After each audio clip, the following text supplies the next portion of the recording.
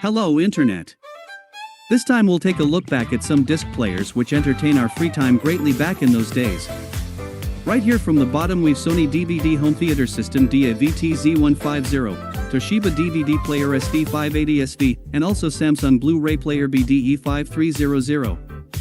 As you can see, the Sony is lack of DTS, while the Samsung and Toshiba have both Dolby and DTS. The Sony and Samsung support HDMI output, though maximum resolution of DVD is only 576i and the HDMI only function is upscale and simplicity to support modern equipments.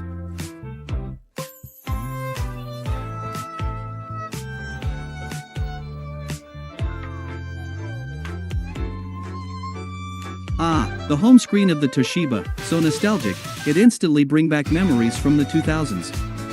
Here's the setup interface, which got that XP light blue feel.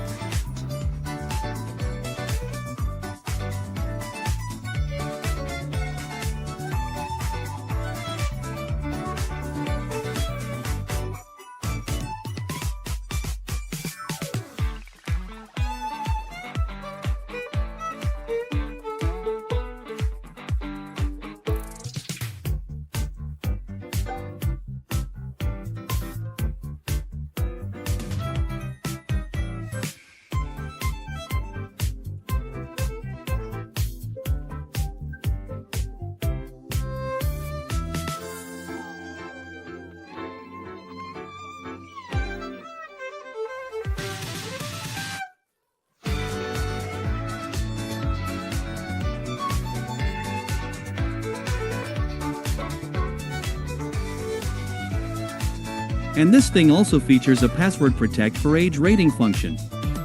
Now, let's put some disk in it to really test it out. Oops, some old electronics issue here.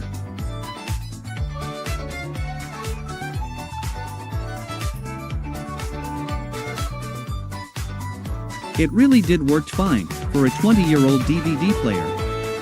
Who lives in a pineapple under the sea? SpongeBob SquarePants. Good old cartoons. Still remember that most DVD cannot skip the intro part? Just like today we can't skip YouTube ads. Finally, intro finished. Simple DVD menu.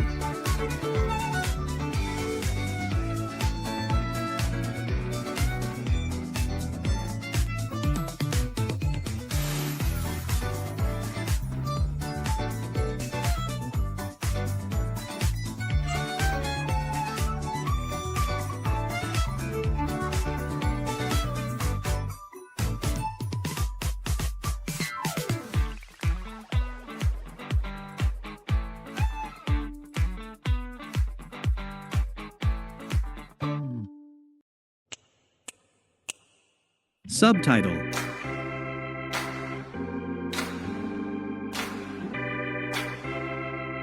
Audio. Angle, but this disc didn't have it and I can't find any DVD that has this thing in my house. Zoom.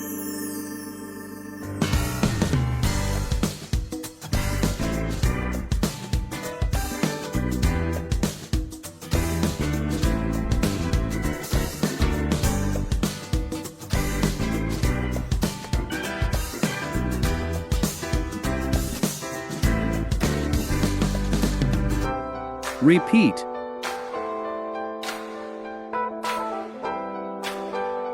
Here's the cool part, repeat AB. You can choose any 2 points you like to keep repeating, just like this, see?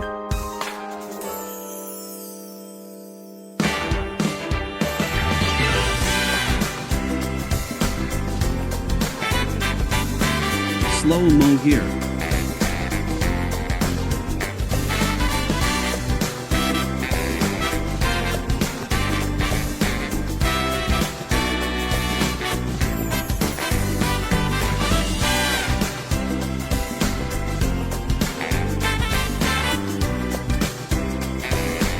Step, meaning the disc will only play one frame when you press the button once. I keep pressing the button now.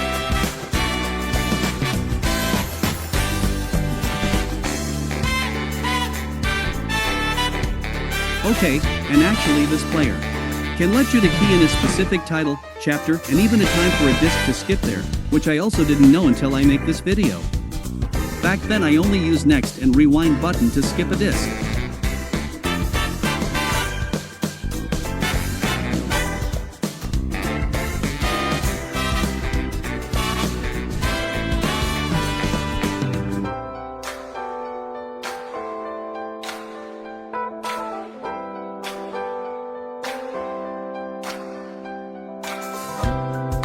Info display.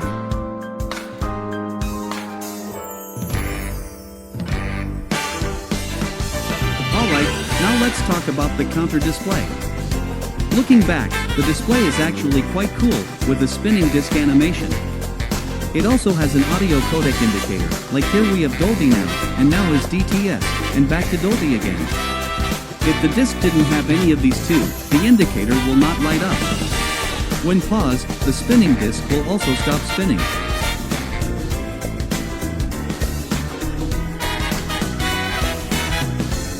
Repeat indicator. The spinning disc actually spins faster when you fast forward. That's pretty neat.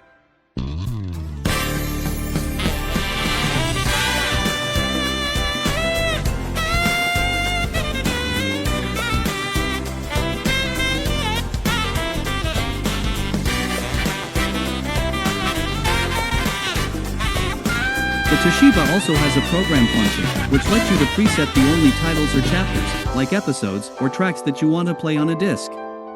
It's pretty cool for a 20-year-old machine back in the days.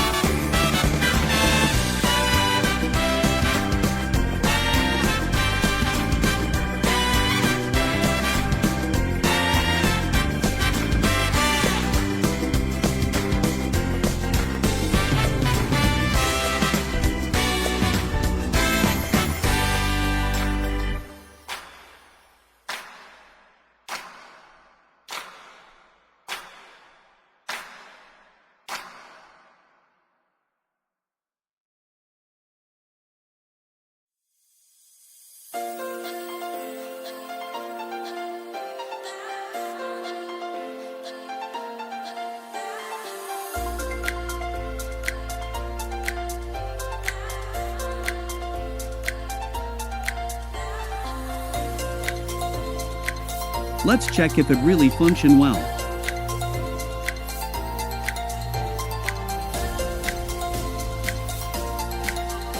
It did. Now, we move on to the Sony, which is manufactured around 2015, which explains why it has a more minimalistic and clean UI compared to the Toshiba.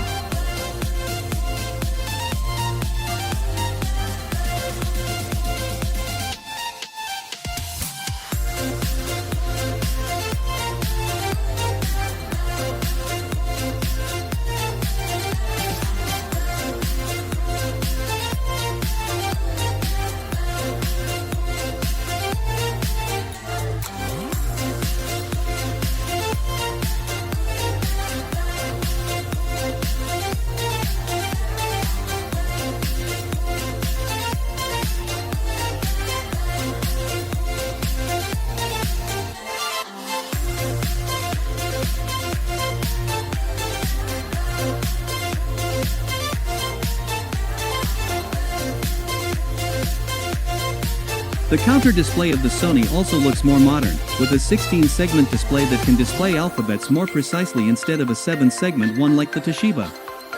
The Sony can also display track name of an audio file which the Toshiba couldn't.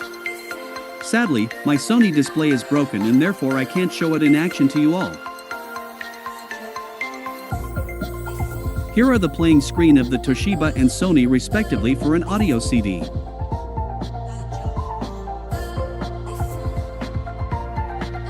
The Sony definitely has a more minimalistic design than the Toshiba.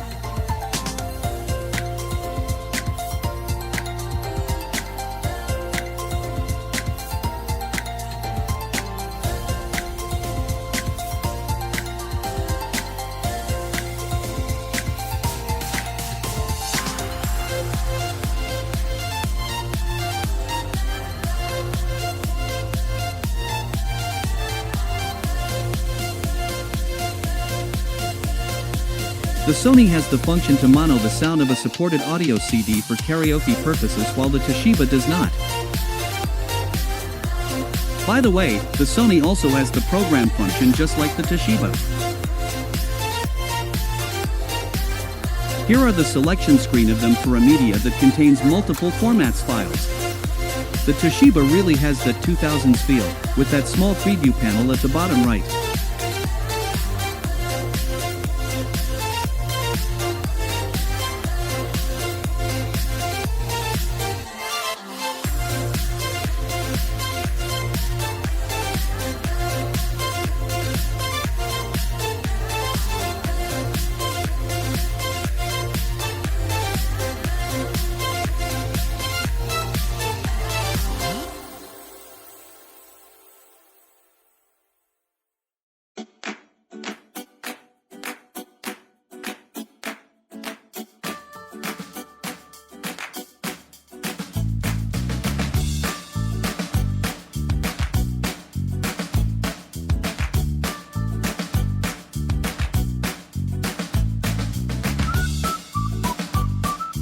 Notice that if you want the Sony to play normally, you should set the mode as folder.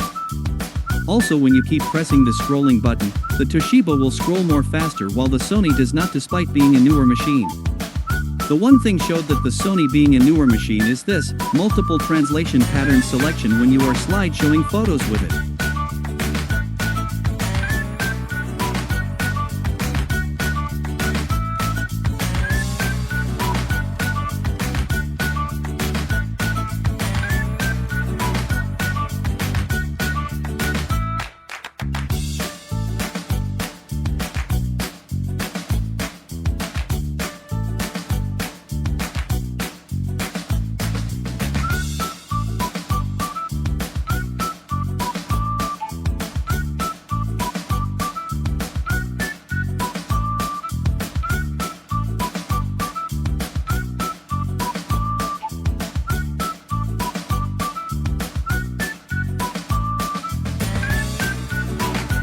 Another odd thing about the Sony is when you press the stop button during photo slideshow, it will bring you to this another selection screen instead of the selection panel before. If you want the previous one, you should press the menu button. Another cool thing about the Toshiba is that when you are slideshowing photos with it, the counter display will have this animation that count to 5 before switching to the next photo. Notice that the spinning disc also will start from where it stops. And if you pause the slideshow, the counter will actually count the remaining counts only when playing back before switching to next one, which is quite neat in detail.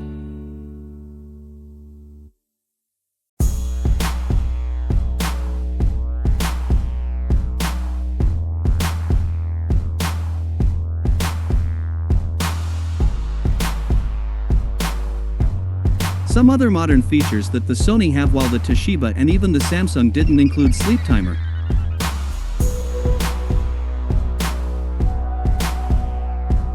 As well as last memory, which is the disc will play from the last stopped period even if you eject the disc and turn off the player.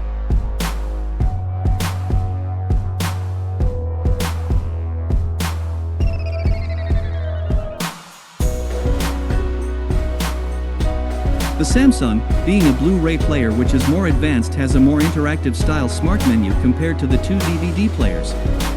It can also connect to the internet via wired Ethernet connection for various web functions such as video streaming. However, despite being a more advanced machine, its counter display actually feel less than the Toshiba and the Sony, which offers only 4 7-segment digit and can't display much info with it.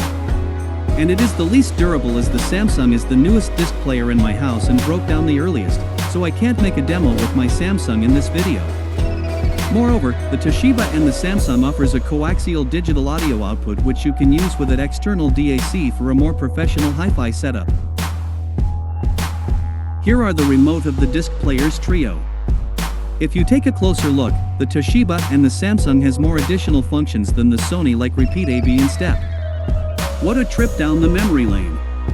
Do you guys miss the CD and DVD days? Anyway, that's all the time we have for this video, and I'll leave the legendary classic DVD screensaver from the Toshiba, which newer players like the Sony and the Samsung lack of, as the ender of this video. Thank you very much for watching, and bye.